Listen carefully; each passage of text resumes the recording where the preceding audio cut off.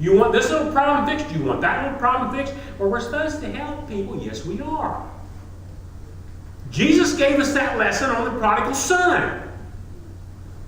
He was perfectly home, had nice everything going on. He said, I want my money and want to go out and have a good time. And it broke his dad's heart, but he had to go. Not one time in there did Jesus say the dad went out and found the son. Here's some more money. Stay where you're at. Right. If somebody's living in sewage, you're not going to help them by giving them a little bit of money to go out and continue there. You can lead them to Christ.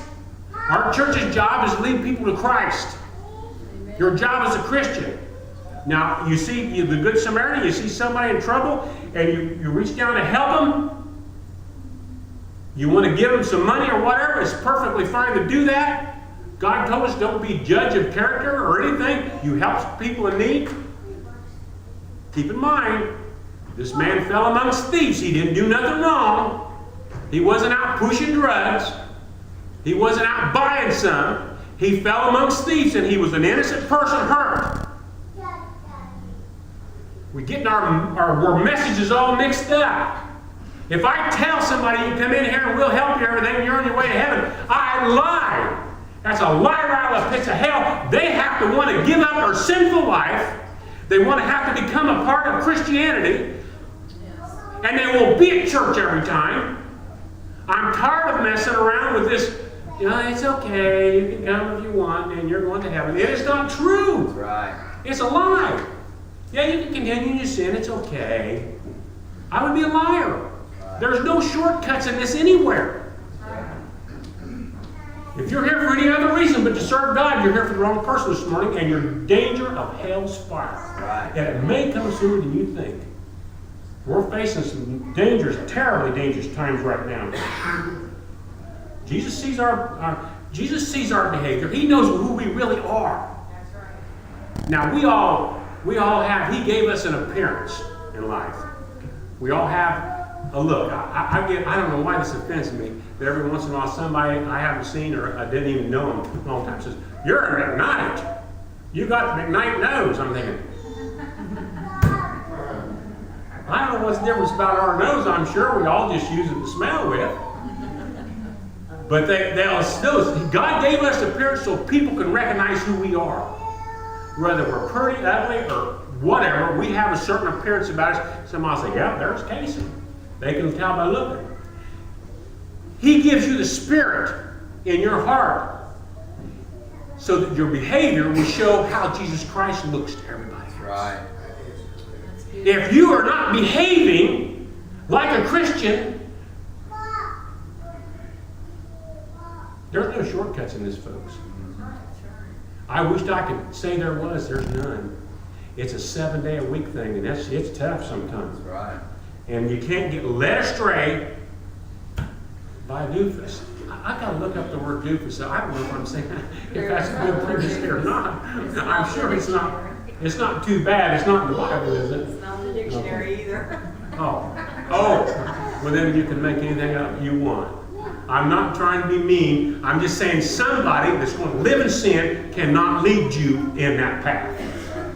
You can only walk in the path of Jesus Christ, and your actions and your life should represent what Jesus Christ was here on earth. That's what a Christian does. Now yes, there's no question about it, you'll get your finances fixed, but we get caught up in this world mess right now. Our finances, our country's finances is going to pieces right now. They're thinking about shutting the government down this week, and all this stuff is going on. It's just horrible stuff. And it's the money, it's the money, it's the money. No, it's not. It's a lack of God in our country and our lives right now. That's what it's all about. We can print more money. That won't help this problem. We're in some serious troubles right now. We must obey the rules. We must appear to live a Christian life. We had this more of this political stuff come up this week, and I just sat there in total shock amazement. They had that shooting on the military base,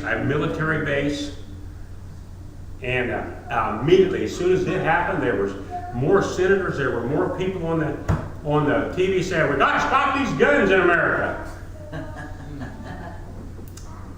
Well, I don't know what to tell them. There has not been the first gun that got up out of her door and ran down there and shot somebody. That's right. It's a person's heart That's right. that makes them do that. It's a horrible mess. And those rotten senators and people that's got an agenda in life that we can't really discuss too much because it's so political, they've got a rotten agenda. They know what the facts are.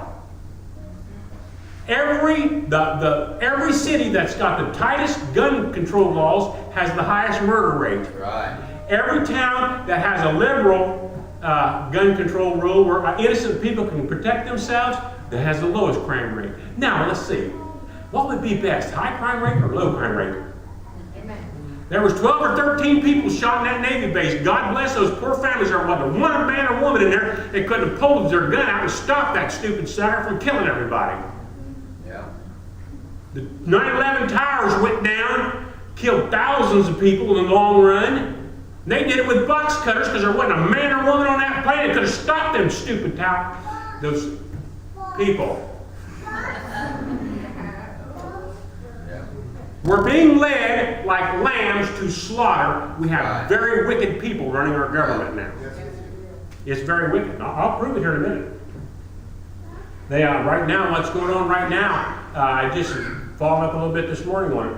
That down in Nairobi, they're a big shopping mall, and it's under siege. They've already got like 39 people dead. A Taliban group has got them under siege, and they're shooting and killing all non-Muslims in this big shopping mall. And there's some of Americans have been shot. Nobody said we got to get those automatic weapons away from them people. Yeah. No, the only people at the mall that's living, they have no way to defend themselves. Thank you. Yeah. Right. That's using your head. I've talked to people about that before. I'm not promoting guns or anything like that. I'm just telling you, I was in law enforcement a long time. It used to be the man is going to protect his household and he needs something to do it with. It's how this country become what it was. Right. Now, they're taking it away from us, or trying to. And they said, well, we can handle this. We'll call the cops if something goes wrong. I've been to many crime scenes, and I've worked many cases, but it's always after the fact. Right. Normally, the police is not there when just a crime happens to be happening. What luck! Now, I'll tell you how bad it's gotten. In our back in the police academy, they would always come up with some horrible crime things to talk about, and I've talked about this one before because it made me so mad. And one of our FBI members or something, I can't remember, was up there educating the officers, and he talked about a young man that come home and his family's at church, and he was a churchgoer and everything, and now he'd come back and he killed all his family and murdered them. And I remember that guy's face, and I remember him talking to this whole room full of police officers. And he said, "This just let you know that watch out for them Christians." That's what he said, 1980. I'm like, huh? Somebody went to church, killed his family, now watch out for all them? What kind of a mess are we into in society? See, we've lost track of what God is and what He does for people's lives. Yeah. We blame it on a weapon. We blame it on, it's a heart condition that causes Right. people to want to kill people. Yeah. It ain't got anything to do with what they use. They could use a butter knife. If they're strong enough, either butter them or kill them. Anything can be done. It's irrelevant. It's what's in here. They, I don't know if you guys knew much about that David Gim, a state trooper. Been a state trooper for years. And he's on trial again. He's appealed his court several times. And he's been in prison for about 13 years now for killing his wife and 2 children, murdering them. And of course, he's claiming he's innocent.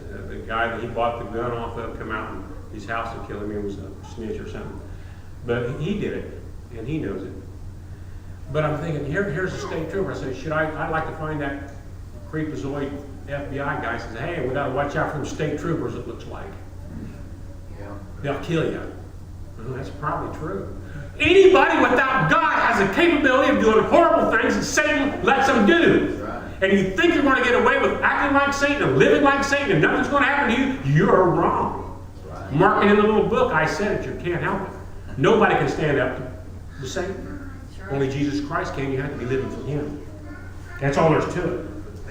He said he said he was playing basketball in church and he come home and he found his wife and everybody dead. And now of course, it's the third trial. They keep calling this trials, but he's in prison anyway, and they keep letting him out for this. This last testimony just really broke my heart because the guy who bought the gun off have come back with him, and he was in the driveway where this David went in and shot his family.